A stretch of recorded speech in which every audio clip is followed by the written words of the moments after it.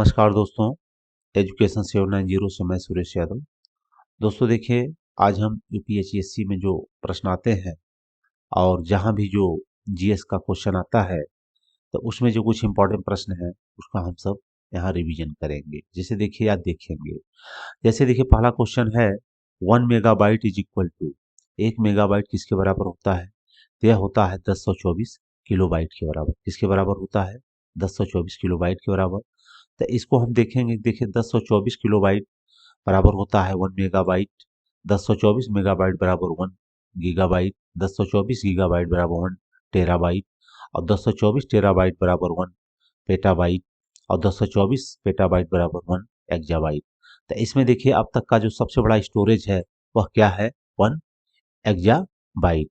तो यहाँ हमें ध्यान देने की बात है कि जब स्टोरेज पूछा जाएगा तो बी फॉर बाइट हो जाएगा, लेकिन जब स्पीड पूछा जाएगा तो यह बिट हो जाएगा। क्या हो जाएगा? बिट हो जाएगा। नेक्स्ट प्रश्न देखते हैं। In reference to environmental pollution which of the following is are correct, select the correct answer from the course given below. पर्यावरण प्रदूषण के संदर्भ में निम्नलिखित में से कौन सा सही कूट है, उसका हम चयन करेंगे। तो इसमें देखिए, वाटर पोल्यूशन, एयर पोल्यूशन और नॉइज पोल्यूशन, ये तीनों सही है। तो इस प्रकार का राइट आंसर क्या हो जाएगा? डी हो जाएगा। क्या हो जाएगा? डी हो जाएगा। थर्ड में देखते हैं, जैव विविधता के लिए कौन सा अंतर्राष्ट्रीय दिवस है? तय हो जाएगा 22 मई। क्या हो जाएगा? 22 मई। तो इसमें देख लीजिए, इसका जो थीम है, हम समाधान का हिस्सा है। नेक्स्ट देखिए, the term fourth world is used for the countries, चतुर्थ विश्व बदहाली किन देशों के लिए प्रयुक्त की गई है? तो यह हो जाएगा लिस्ट डेवलपमेंट। इसके लिए लिस्ट डेवलपमेंट, न्यूनतम विकसित के लिए। तो इसमें देखिए, विश्व के समस्त मूल निवासियों के निवास क्षेत्रों को चतुर्थ विश्व की संज्ञा दी जाती है। विश्व के वे क्षेत्र जहां प्रवास के उपरांत भी बड़ी संख्या में वहां के मूल निवासी उस क्षेत्र या देश में मौजूद हो, ऐसे क्षेत्रों को चतुर्थ विश्व की संज्ञा दी जाती है, जैसे अफ्रीका, लैटिन अमेरिका। पांचवा देखिए, what is the name of the cold local wind blowing down in Rhone valley? कहाँ पे? रोन वैली, मतलब कि रोन घाटी में नीचे की ओर बहने वाली ठंडी स्थानीय हवा को क्या कहा जाता है? तो राइट आंसर हो जाएगा मिस्ट्रल। उसे क्या कहा जाता है? मिस्ट्रल। मिस्ट्रल ठंडी ध्रुवीय हवा है जो रोन नदी की घाटी से होकर चलती है। यह स्पेस व फ्रांस को विशेष रूप से प्रभावित करती है। नेक्स्ट देखिए, चिनूक, यह राकी पर्वत के पूर्वी ढाल पे बहती है। बोरा एड्रियाटिक सागर का पूर्वी किनारा। ब्लिजार्ड कनाडा व संयुक्त राज्य अमेरिका साइबेरिया का क्षेत्र है। नेक्स्ट देखिए, छठा, from the point of biodiversity the most prosperous area in India, Bharat में जैव विविधता की दृष्टि से सबसे संपन्न क्षेत्र कौन सा है? तो इसका राइट आंसर हो जाएगा वेस्टर्न घाट। कौन सा घाट? वेस्टर्न घाट। तो पश्चिमी घाट जैव विविधता की दृष्टि से भारत का सबसे संपन्न क्षेत्र है। स्थानीय जातियों की अधिकता के कारण इसे जैव विविधता हॉट स्पॉट के रूप में सूचीबद्ध किया गया है। इसमें देखिए, पहला हो जाएगा पूर्वी हिमालय, फिर पश्चिमी घाट, इंडो बर्मा क्षेत्र और सुंडालैंड। कौन सा हो जाएगा? सुंडालैंड। सेवंथ में देखिए, match the list one with list two and select the correct answer from course given below the list. तो इसमें देखिए, आपको मिलाना है कि विटीकल्चर किससे रिलेटेड है। तो किससे हो जाएगा? विटीकल्चर यह हो जाएगा अंगूर की खेती से। किससे होता है यह? अंगूर की खेती से। कौन सा? विटीकल्चर। विटीकल्चर हो जाता है अंगूर की खेती से। और वेजिकल्चर किससे होता है? वृक्षों की खेती से। और पीसी कल्चर किससे रिलेटेड होता है? पीसी कल्चर हो जाता है फिश फार्मिंग से। और ओलरी कल्चर हो जाता है वेजिटेबल की खेती से। तो ये आप सब ध्यान रखिएगा कि विटी कल्चर यह हो जाएगा अंगूर की खेती से, वेजी कल्चर यह हो जाएगा वृक्षों की खेती से, और पीसी कल्चर होता है फिश फार्मिंग से, और ओलेरियो कल्चर हो जाता है वेजिटेबल सब्जी की खेती से। तो इसका राइट आंसर क्या हो जाएगा? डी। इसका राइट आंसर क्या हो जाएगा? डी। आठवां देखिए, the Indian institute of ecology and environmental is located at, Indian institute of ecology and environmental कहाँ पे अवस्थित है? तो इसका राइट आंसर हो जाएगा new Delhi. Indian institute of ecology and environment नई दिल्ली में स्थित है। इसकी स्थापना विश्व पर्यावरण दिवस के अवसर 5 जून 1980 में हुआ था। तो देखिए पर्यावरण दिवस कब मनाया जाता है? 5 जून को। नाइन्थ देखिए, which of the following state lies north of Tropic of Cancer? which of the following states lies north of Tropic of Cancer? निम्नलिखित में कौन सा भारतीय राज्य कर्क रेखा के उत्तर में स्थित है? इसका राइट आंसर हो जाएगा मणिपुर। आठवां देखिए, मणिपुर कर्क रेखा के उत्तर में स्थित है। कर्क रेखा भारत के 8 राज्यों से गुजरती है। ये राज्य है गुजरात, राजस्थान, मध्य प्रदेश, छत्तीसगढ़, झारखंड, पश्चिम बंगाल, त्रिपुरा तथा मिजोरम। तो याद रखिएगा, यह त्रिपुरा से भी होकर जाती है। 10th में देखिए, which one of the following state is ranked economically at the top but lowest on the basis of sex ratio? निम्नलिखित में कौन सा राज्य आर्थिक दृष्टि से सबसे ऊपर किंतु लिंगानुपात के आधार पर सबसे नीचे है? इसका राइट आंसर हो जाएगा हरियाणा। क्या हो जाएगा? हरियाणा। हरियाणा देश में गोवा और सिक्किम के बाद प्रति व्यक्ति आय में तीसरे स्थान पर है, जबकि लिंगानुपात में सभी राज्यों के निचले स्थान पर है। हरियाणा का लिंगानुपात जनगणना 2011 के अनुसार 879 है। 11th में देखिए, पृथ्वी तल के सबसे निकट वायुमंडल की परत का क्या नाम है? तो इसका होता है ट्रोपोस्फियर। क्या कहते हैं हिंदी में? क्षोभ मंडल। What is the name of the layer at atmosphere close to the earth surface? क्या हो जाएगा? ट्रोपोस्फियर। ये ध्यान रखिएगा। देखिए, क्षोभ मंडल वायुमंडल की सबसे निचली परत है जो पृथ्वी तल के सबसे निकट पाई जाती है। 18 किलोमीटर की ऊंचाई तक पाई जाती है। कई बार यही पूछ लेता है कि यह कितने ऊंचाई तक पाई जाती है? तो यह हो जाएगा 18 किलोमीटर की ऊंचाई तक पाई जाती है। यह देखो 5 भागों में बटा है। पहला हो जाता है क्षोभ मंडल 0 to 18, समताप मंडल 18 to 50, Madhya Mandal 50 to 80, ion Mandal 80 to 640 kilometre और वायुमंडल 640 किलोमीटर से ऊपर। ये वेरी इंपॉर्टेंट है, इसको आपसे याद रखिएगा कि मध्य के ऊपर क्षोभ और समताप है और उसके नीचे आयन और वायुमंडल। इसका देखिए, troposphere, stratosphere, mesosphere, ionosphere, exosphere. ये भी आपको इंग्लिश वाले भी याद रखना है, क्योंकि कई बार इन्हीं का नाम दे देता है।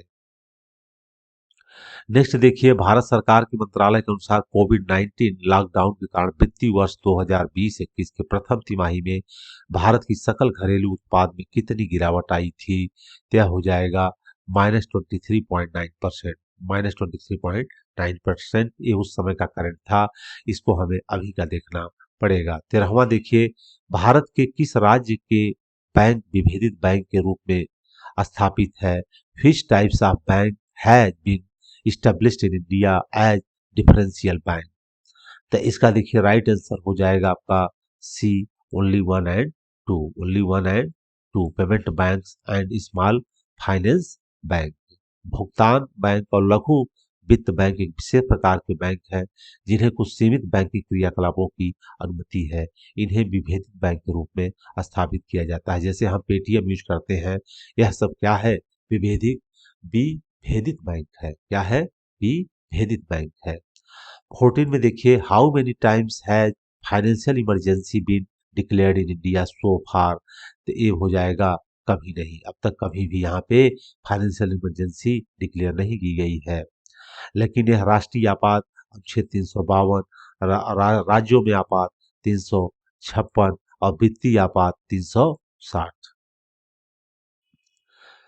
भारत का नेक्स्ट देखिए, भारत का वन्य जीव संस्थान अवस्थित है। The wild life institute of India is located. यह हो जाएगा देहरादून। भारतीय वन्य जीव संस्थान उत्तराखंड राज्य की राजधानी देहरादून में स्थित है। इसकी स्थापना 1982 में हुई थी। यह संस्थान प्रशिक्षण पाठ्यक्रम, अकादमिक कार्यक्रम के अलावा वन्य जीव अनुसंधान तथा प्रबंधन में सलाह प्रदान करता है। नेक्स्ट देखिए, which state was declared as a model state for Van Dhan Vikas योजना? वन धन विकास योजना के अंतर्गत किस राज्य को मॉडल राज्य घोषित किया गया है? यह हो जाएगा आपका सी, मतलब कि मणिपुर। वन धन विकास योजना के अंतर्गत मणिपुर राज्य को आदर्श राज्य घोषित किया गया है। वन धन विकास योजना वन आधारित जनजातियों के लिए अस्थायी आजीविका को सुगम बनाने के लिए वन धन केंद्रों की स्थापना करके लघु वन उत्पादों के मूल्यवर्धन, ब्रांडिंग एवं विपणन के लिए एक कार्यक्रम है। ट्राइफेड इसकी नोडल एजेंसी है। कौन है? ट्राइफेड। ये ध्यान रखने वाली बात है, इसकी नोडल एजेंसी कौन है? यह हो जाएगा ट्राइफेड। फिर 17 में देखिए, the Pravasi Bharatiya Kendra and foreign service institute has been renamed after which former Indian Union Minister? प्रवासी भारतीय केंद्र और विदेश सेवा संस्थान का नाम बदलकर किस पूर्व भारतीय केंद्रीय मंत्री के नाम पे किया गया? तो इसका राइट आंसर हो जाएगा सुषमा स्वराज। क्या हो जाएगा? सुषमा स्वराज। केंद्र सरकार ने पूर्व केंद्रीय विदेश मंत्री सुषमा स्वराज के नाम पर प्रवासी भारतीय केंद्र एवं विदेश सेवा संस्थान का नाम पुनः नामकरण किया। अब प्रवासी भारतीय केंद्र को सुषमा स्वराज भवन एवं विदेश सेवा संस्थान को Sushma Swaraj institute of foreign service के नाम से जाना जाएगा। 18 देखिए, Deepotsav 2009 was organised in which district of Uttar Pradesh? तो दीपोत्सव 2019 का आयोजन उत्तर प्रदेश किस राज्य में किया गया था? यह अयोध्या में किया गया था। ये उस समय का करंट है, अब आगे का ध्यान दीजिएगा। 19 देखिए, विश्व व्यापार संगठन की पहली महिला महानिदेशक नगोजी ओकोंजी इवेला किस देश की है? डब्ल्यूटीओ की पहली महिला महानिदेशक नगोजी ओंकोजो इवेला किस देश की है? यह हो जाएगा नाइजीरिया। ये कहाँ की है? नाइजीरिया। 20 देखिए, which has become the first state of India to implement the National Education Policy 2020 for the academic year 21-22। शैक्षणिक वर्ष 2021-22 के राष्ट्रीय शिक्षा नीति 2020 लागू करने वाला भारत का पहला राज्य कौन सा है? यह हो जाएगा कर्नाटका। और हो जाएगा कर्नाटका। 21 में देखिए, which of the following country is not a member of quad? तो इसका राइट आंसर हो जाएगा साउथ कोरिया। क्या हो जाएगा? साउथ कोरिया, जो क्वाड का सदस्य नहीं है। 22 में देखिए, teachers performance is evaluated objectively by. शिक्षक के कार्यों का वस्तुनिष्ठ मूल्यांकन होता है। तो इसका देखिए राइट आंसर ए एंड सी दोनों हो जाएगा। FIACS द्वारा और दूसरा हो जाता है रेटिंग स्केल के द्वारा। देखिए हाँ, दोनों आंसर सही है। शिक्षक के कार्यों का वस्तुनिष्ठ मूल्यांकन फ्लैडर्स इंटरैक्शन एनालिसिस कैटेगरी सिस्टम्स द्वारा होता है। यह एक अवलोकन तकनीक है जो कक्षा की अंतःक्रिया को 10 श्रेणियों में संग्रहित करती है। यह प्रणाली शिक्षकों के केवल मौखिक व्यवहार को मापती है। तो इसका देखिए कई बार फुल फॉर्म पूछा जा सकता है कि फियाक्स क्या है? फियाक्स क्या है? तो F for Flanders, I for interaction, A for analysis, C for category, S for system. अब 23 देखिए, pictorial representation of data using symbols is known as. संकेतों के मदद से आंकड़ों में चित्रमय प्रस्तुति को कहते हैं। इसका राइट आंसर क्या हो जाएगा? पिक्टोग्राफ। क्या हो जाएगा? चित्र आरेख या पिक्टोग्राफ। 24 में देखिए, world conference on education for all was held in 1990 eight which of the following places. सब के लिए शिक्षा पर विश्व सम्मेलन 1990 में निम्नलिखित में से किस स्थान पर हुआ था? इसका राइट आंसर हो जाएगा ए थाईलैंड। कहाँ हुआ था? थाईलैंड। देखिए, सब के लिए शिक्षा पर विश्व सम्मेलन थाईलैंड के जोमतियन शहर में 5 से 9 मार्च 1990 में हुआ। इस सम्मेलन में लगभग 155 देशों ने भाग लिया। 1500 से अधिक सरकारी और गैर सरकारी एवं स्वयंसेवी संस्थाओं ने प्रतिभागियों ने प्रतिभाग किया। इसके मुख्य बिंदु इस प्रकार हैं कि बेसिक शिक्षा की जरूरतों को पूरा करना, प्रत्येक बालक की प्राथमिक शिक्षा तक पहुंच सुनिश्चित करना, युवाओं एवं प्रौढ़ों को भी इससे लाभान्वित करना। नोट, सबके लिए शिक्षा है कार्य संस्थाएं हैं यूनेस्को, यूनिसेफ, अनफा, UNDP और वर्ल्ड बैंक। ये आपको ध्यान रखना है। 25 में देखिए क्या है, to control region wise higher education in India UGC open 6 centres at Pune, Hyderabad, Kolkata, Bhopal, Guwahati and Bengaluru. When where they open. Bharat में उच्च शिक्षा के क्षेत्रवार नियंत्रित करने के लिए UGC ने पुणे, हैदराबाद, कोलकाता, भोपाल, गुवाहाटी और बेंगलुरु में 6 केंद्र खोले। वे कब खोले गए? तो यह देखिए इसका नवंबर 1956, नवंबर 1956, जो कि इसमें इसका आंसर नहीं दिया हुआ है।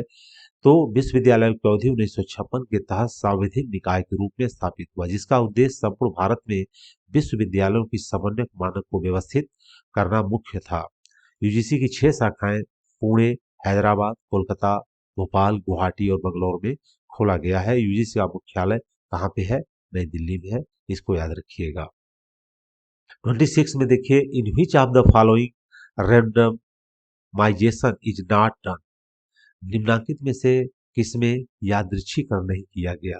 तो इसमें देखिए हो जाएगा आपका राइट आंसर बी, कि सौंदर्य स्व उद्देश्य न्याय दर्श, सुद्देश्य न्याय दर्श, परपोजिव सैंपलिंग, परपोजिव सैंपलिंग, ये आपको याद रखना है। 27 में देखिए, डिजिटल सिस्टम में सबसे छोटी इकाई क्या होती है, यह बिट होती है, यह बिट होती है। कंप्यूटर की प्रणाली में प्रयुक्त होने वाली सबसे छोटी इकाई बिट है, यह बाइनरी अक्षर का रूप होता है जो 0 और 1 के रूप में व्यक्त किया जाता है। 28 में देखिए, what does IP mean in internet terminology, internet terminology में आईपी का क्या अर्थ है, यह हो जाता है इंटरनेट प्रोटोकॉल, क्या हो जाता है इंटरनेट प्रोटोकॉल। इंटरनेट प्रोटोकॉल नियमों का एक समूह है जिसके द्वारा इंटरनेट पर सूचनाओं को एक कंप्यूटर से दूसरे कंप्यूटर में पहुंचाया जाता है। यह प्रोटोकॉल क्या है, यह एक प्रकार का नियम है जिसके तहत ही एक जगह दूसरी जगह संदेश पहुंचाए जाते हैं। 29 देखिए, in reference to digital storage Blu ray disc is, in reference to digital storage Blu ray disc is, digital storage के संदर्भ में ब्लू रे डिस्क है, तो यह क्या हो जाएगा, एक्सटर्नल स्टोरेज डिवाइस, बाहरी भंडारण डिवाइस, क्या हो जाएगा, बाहरी भंडारण डिवाइस, इसको हम क्या कहते हैं, ब्लू रे डिस्क कहते हैं। 30 क्वेश्चन देखते हैं, विच of the following is not output device, which of the following not output device, इसका राइट आंसर हो जाएगा स्कैनर। स्कैनर क्या होता है, इनपुट डिवाइस है। तो इसमें देखिए इनपुट डिवाइस वेरी इंपॉर्टेंट, इसको आप सब ध्यान दीजिए, keyboard, mouse, touch pad, scanner, digital camera, microphone, joystick, graphic tablet, touch screen और वेब कैम, ये सब क्या है, इनपुट डिवाइस है। आउटपुट डिवाइस में monitor, monitor, printer, headphone, speaker, projector और ब्रेल रीडर, ये सब सारे क्या है, आउटपुट डिवाइस है। तो दोस्तों आज के लिए बस इतना ही। अगर आपको वीडियो अच्छा लगा है तो चैनल को हमारे सब्सक्राइब कर लीजिए, वीडियो को लाइक करिए और ज़्यादा से ज़्यादा दोस्तों में शेयर करिए। हम आप तक ऐसे ही डेली वीडियो पहुंचाते रहेंगे। तो जय हिंद, जय भारत।